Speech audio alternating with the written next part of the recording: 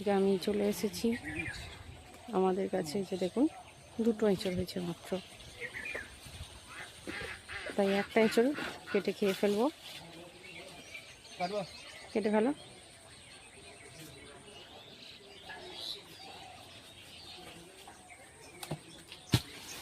কুড়ি নিয়ে আটাগুলো যেন গায়ে লাগে না। এঁচড় সেদ্ধ করে রাখা আছে। এখানে আমি আলু কেটে রেখেছি দুমুঠো। এই দেখুন এখানে রসুন থেতো করে রাখা আছে, টমেটো কেটে রাখা আছে, পেঁয়াজ কেটে রেখেছি, এনে আদা, হলুদ এবং লঙ্কার গুঁড়ি রাখা আছে। এখানে আমি আদা, জিরে, ধনে সব একসঙ্গে মিক্সড করে রেখে দিয়েছি। আর এখানে আছে এই যে চিংড়ি মাছ, আমি কড়াই বসিয়ে দিয়েছি, তেল হয়ে গেছে। মাছগুলোকে আগে আমি প্রথমে ভেজে নেব। যে তেল হয়ে গেছে, এবার আমি মাছগুলোকে একটু ভেজে নেব।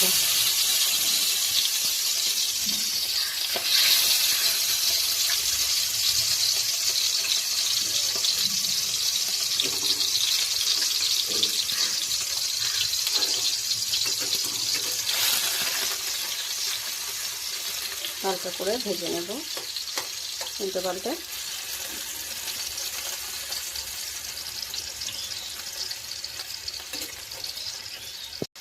ওই তেলেতেই আলুগুলোকে আমি ভেজে নেব।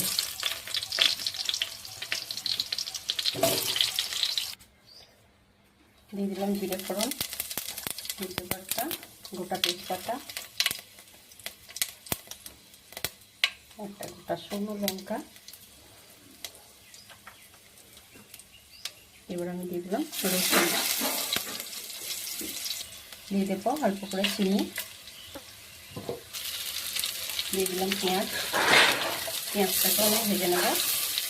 এবার দিয়ে দিলাম টমেটো কুচি।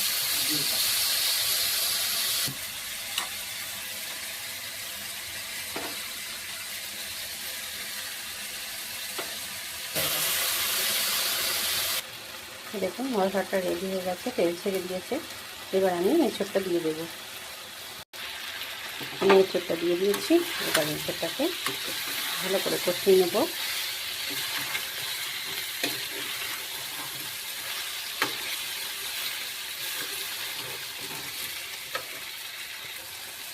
এইবার আমি কষে রাখা আলুগুলো দিয়ে দিলাম,